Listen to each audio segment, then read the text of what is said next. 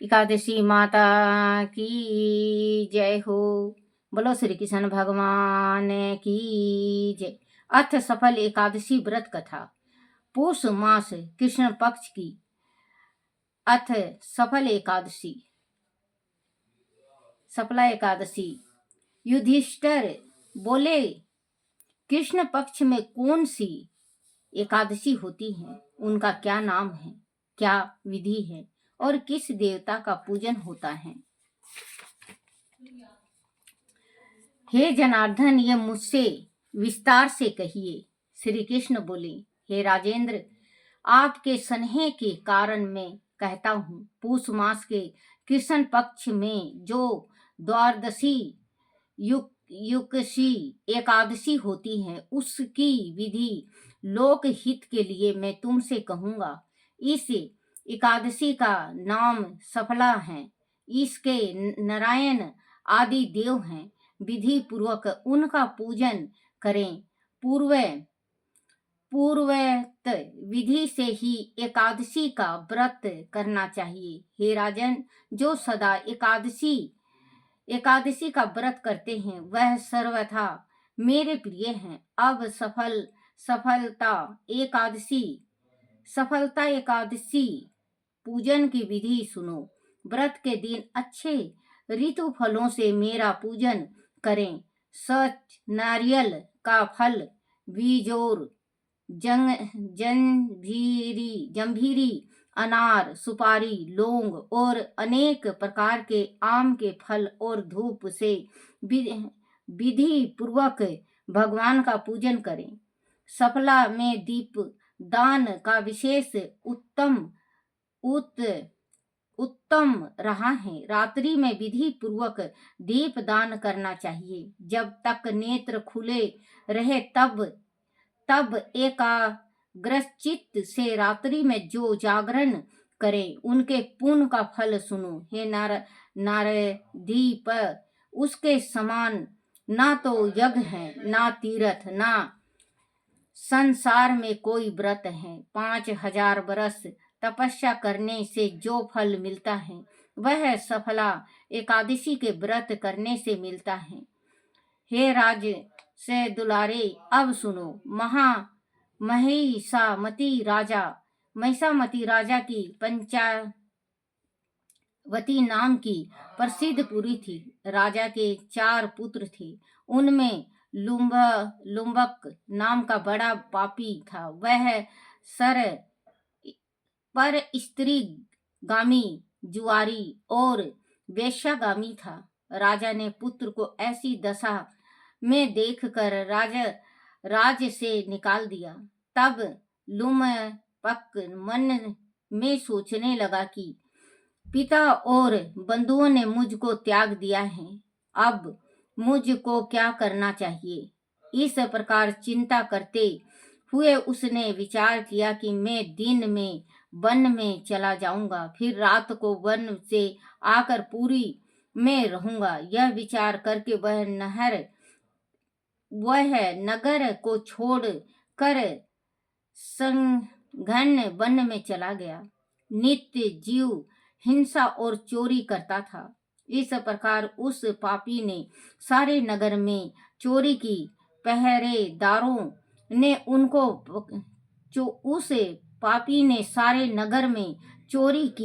पहरेदारों ने उसको पकड़ लिया, परंतु राजा के भय से छोड़ दिया।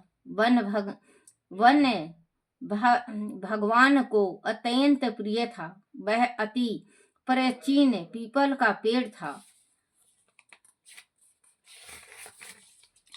उस वन में उस वृक्ष को देखता कि तरह मानते थे। उसी स्थान पर वह पापी लुमावक रह रहा था।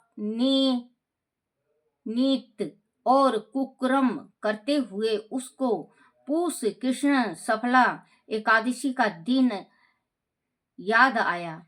हे राजन, दशमी की रात्रि को वस्त्रहीन होने के कारण शीत से पीड़ित होकर बेहोश हो गया। शीत के कारण पीपल के नीचे उसको नींद नहीं आई और वह मृतक के समान हो गया। दांतों को कटकटाते हुए रात बीत गए। सूर्य उदय होने पर भी उसको होश नहीं आया।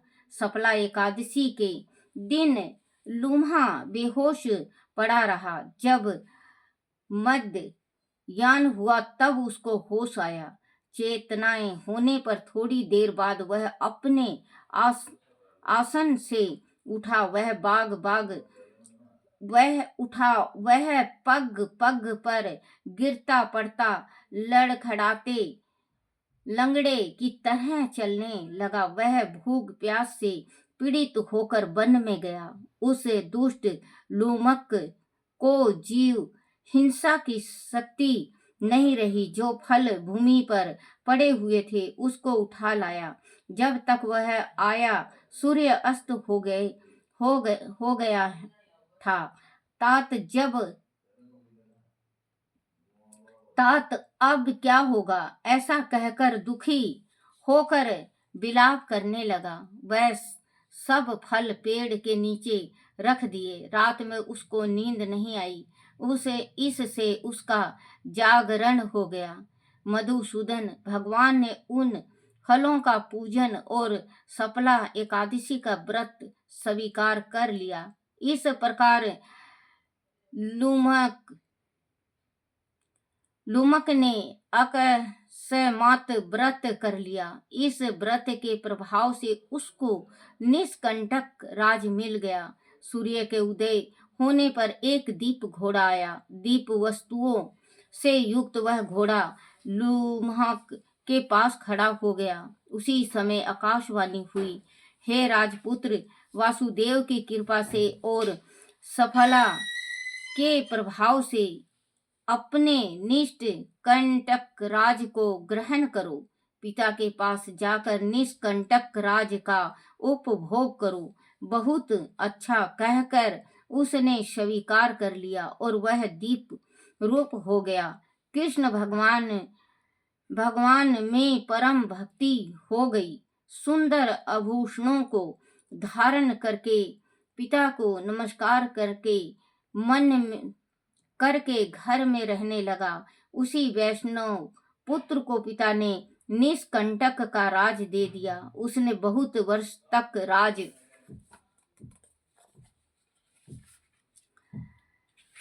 राज किया। एकादशी के दिन वह भगवान की भक्ति में लीन रहने लगा।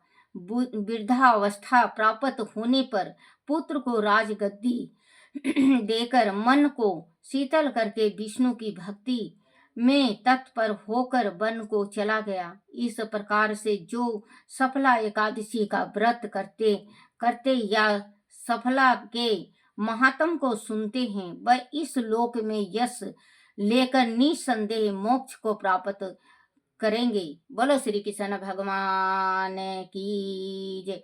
सब फलहार इस दिन नारियल, नींबू, अनार, सुपारी आदि अर्पण करें। नारायण भगवान की पूजा करनी चाहिए। इस दिन तिल और गुड़ का सगार लिया जाता है। बोलो श्री कृष्ण भगवान की जय हो। श्री कृष्ण गोविंद हरे मुरारी, हे नाथ नारायण वासुदेवाय, हे नाथ नारायण वासुदेवाय, हे नाथ नारायण वासुदेवाय। श्री कृष्ण गोविंद हरे मुरारी, हे नाथ नारायण वासुदेवाय। बोलो श्री कृष्ण भगवान की जय हो।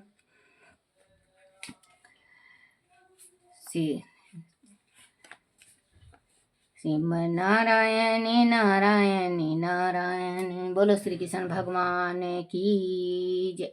गीता का 10वां अध्याय का महात्म। श्री नारायण जी बोले, हे लक्ष्मी जी, अब 10वें अध्याय का महात्म कहता हूँ, तुम श्रवण करो। एक समय कैलाश पर्वत पर शिव पार्वती बैठे थे। एक हंस मेरे दर्शन को आया। वह हंस ब्रह्मा का वाहन था। ब्रह्मलोक में मानसरोवर को जाता था। उस सरोवर में सुंदर कमल के पुष्प थे। वह हंस एक कमल को लांघने लगा। उसी परछाई कमल पर पड़ी उसकी परछाई कमल पर पड़ी। वह हंस अचेत काल को आकाश से गिर पड़ा। तब उसी समय उस मार्ग में मेरा एक गण आया। हंस को गिरा देखकर गण ने कहा, हे स्वामी, यह हंस आपके दर्शन को आया था, श्याम वर्ण होकर गिर पड़ा है। गण मेरी आज्ञा से हंस को ले आया। मैंने पूछा, हे हंस, तू श्याम वर्ण क्यों हुआ? हंस ने कहा, हे प्रभु जी, मैं आपके दर्शनों को आ रहा था। मानसरोवर में कमल के पुष्प खिले हुए थे। मैं उनको लांघ कर आया। उससे मेरी देह श्याम वर्ण हो गई और मैं आकाश से गिर पड़ा। कारण मैं नहीं जानता। वह सुनकर शिव जी हंसे। तब आकाशवाणी हुई कि हे शंभु जी, कमलनी से पूछो, वह कहेगी। कमलनी ने कहा, पिछले जन्म में मैं अप्सरा थी, नाम पद्मावती था। उस समय श्री गंगा जी के किनारे एक पंडित स्नान करके गीता जी के 10वें अध्याय का पाठ किया करता था। एक दिन राजा इंद्र का सिंहासन हिला। तब इंद्र ने मुझे आज्ञा दी कि तू जाकर वह पंडित की तपस्या भंग कर। आज्ञा पाकर मैं उस विप्र के पास गई। उस विप्र ने मुझे श्राप देकर कहा, हे पापनी, तू कमलनी हो जा। उसी समय मैं कमलनी हो गई। तभी से मैं गीता के 10वें अध्याय का पाठ करती हूँ। उसी से मेरा तेज है कि मुझको लांघने वाला काला होकर अचेत हो जाता है। तब हंस ने कहा, मेरा यह श्याम वर्ण कैसे श्वेत वरण हो और तुझे इस कमल देह से छुटकारा कैसे देव देही पाई? तब कमलनी ने कहा, जब कोई भी श्री गीता जी के 10वें अध्याय का पाठ सुनावेगा तब उद्धार होगा। तब उस पंडित ने सरोवर में स्नान कर शालिग्राम का पूजन कर 10वें अध्याय का पाठ किया। उस हंस और कमलनी ने सुना। तब उनका उद्धार तत्काल हुआ। हंस श्वेत हुआ, कमलनी देव कन्या हुई। बोलो श्री कृष्ण भगवान की जय हो। श्री कृष्ण गोविंद हरे मुरारी, हे नाथ नारायण वासुदेवाय। गीता जी की आरती। जय मेरी माँ शक्ति, जय मेरी माँ शक्ति। जय गीता माता श्री जय गीता माता, सुख करनी दुख हरनी, सुख करनी दुख हरनी, तुमको जग माता। ओम जय गीता माता, ओम जय गीता माता। जय गीता माता मैया, जय गीता माता, सुख करनी दुख हरनी, तुमको जग गाता। ओम जय गीता माता, ओम जय गीता माता। अज्ञान मोह ममता को छीन में नाश करे, मैया छीन में नाश करे। सत्य ज्ञान मन तू प्रकाशे, सत्य ज्ञान मन में तू प्रकाशे, कर जय गीता माता। शरण मेरी जो आवे, तेरी मति ग्रहण कर, तेरी मति ग्रहण कर, पाप ताप मिट जावे, निर्भय भव सिंधु तारे। ओम जय गीता माता। रण क्षेत्र में अर्जुन जब शोकाधीर हुआ, जब शोकाधर हुआ, कर तब कर्म तज बैठा, कर तब तज बैठा बहुत मलिन हुआ। जय गीता माता। तब कृष्ण चंद्र के मुख से तुमने अवतार लिया, मैया तुमने अवतार लिया। तत्तो बात समझा कर, तत्तो बात समझा कर उसका उद्धार किया। जय गीता माता। शरीर जन्मते मरते आत्मा विनाशी, मैया आत्मा विनाशी। शरीर को दुख भय पे आत्मा सुख राशि। ओम जय गीता माता। अंत शरीर की ममता मन से त्याग करो, मैया मन से त्याग करो। आत्मा ब्रह्म को चीनो, आत्मा ब्रह्म को चीनो, उससे अनुराग करो। ओम जय गीता माता। निष्काम कर्म नित्य करके जग का उपकार करो, मैया जग का उपकार करो। फलवंश को त्यागो, फलवंश को त्यागो, सत व्यवहार करो। ओम जय गीता माता।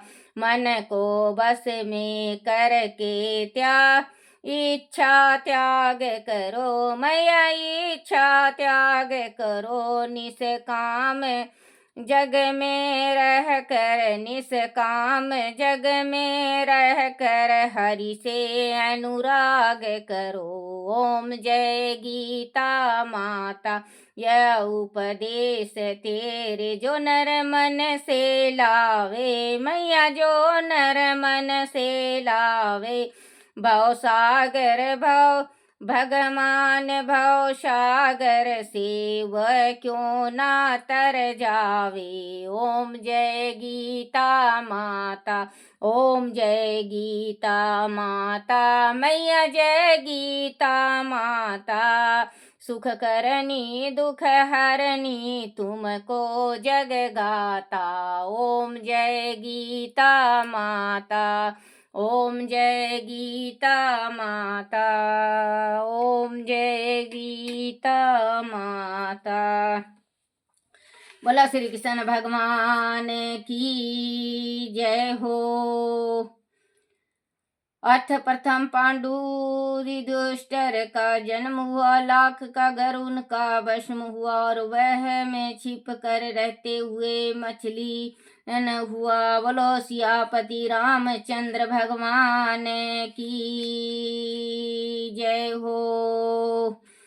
श्री कृष्ण गोविंद हरे मुरारी, हे नाथ नारायण वासुदेवाय, हे नाथ नारायण वासुदेवाय, हे नाथ नारायण वासुदेवाय। बोलो श्री कृष्ण भगवान की जय हो। एकादशी माता की जय हो।